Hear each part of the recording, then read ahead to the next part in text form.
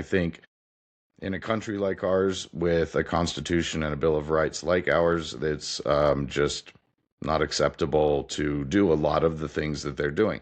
Now, that said, anybody who watches this channel, I hope, is aware of the constraints that these officers are working under. Those big constraints are right now, number one, that's been in the news a lot lately, is a lot of these guys and girls signed up for $50,000 bonuses and even paychecks that haven't shown up, and they've been working for 4 or 5 weeks. They don't know where this bonus is. They can't get signed up for their health care that they were promised, and a lot of them haven't even received paychecks. At least, the folks on Reddit and the folks on social media that post about their experience as a new officer from this hiring surge.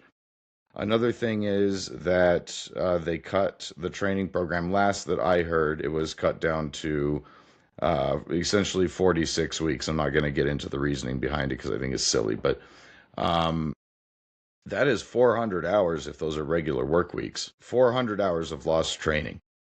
Training in the Constitution, training in legal arrests, training in how you can treat citizens, training in what kind of people you can stop, training in how to use your weapon, training in how to defend yourself against protesters, training in crowd control, training in paperwork, training in legality, training in all kinds of things that these girls and guys are missing out on. And while that scares me from an obvious standpoint, where bad things are obviously happening on the street in certain places and things are going wrong, and there's no excuse for what's happening, these people should not be allowed out on the street to do their job without getting proper training and proper pay and the benefits that they were promised. But, while there's a huge disservice being done to the public here, and it's more than a disservice done to the public, we're talking about real damage to real people's lives. The real shame is the disservice that is being done to these agents and to the agency itself. And I'm not saying for a second that I feel more or less sympathetic or empathetic with an ICE agent or a citizen who gets hurt in one of these raids. If a citizen attacks an ICE agent unnecessarily, it's as unacceptable as an ICE agent unnecessarily attacking a citizen. They're both unacceptable, period.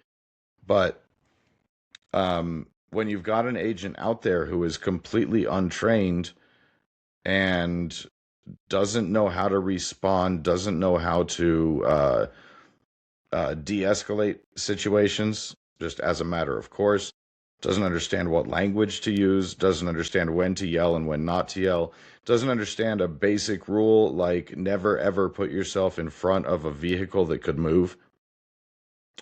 This kind of training is a no-brainer. And we're doing a disservice to the agents themselves because some of them can get hurt. They can wind up, and they will be winding up, getting charged with crimes on the local level and the state level if they commit what any prosecutor decides is murder or assault or any number of other things. So they're being done so many disservices in those ways.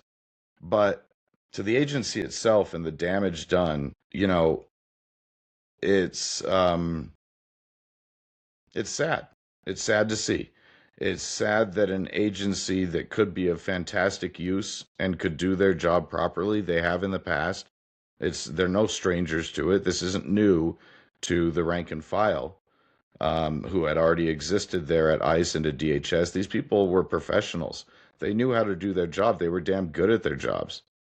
But when you sow so much distrust in an agency, and when your hiring surge doesn't pay people the way that they are promised to be paid, when you put people out on the street without proper training and they wind up putting themselves in situations where they could be charged with murder just for doing what they thought was their job, when you don't properly equip these people with body cameras so that they have a defense when something goes wrong, so that they can say, look, this citizen really did do something wrong. You guys just didn't have a camera on me.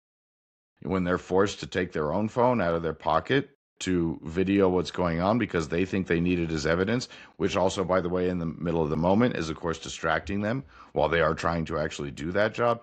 All of these things lead to what is inevitably going to turn into a brain drain.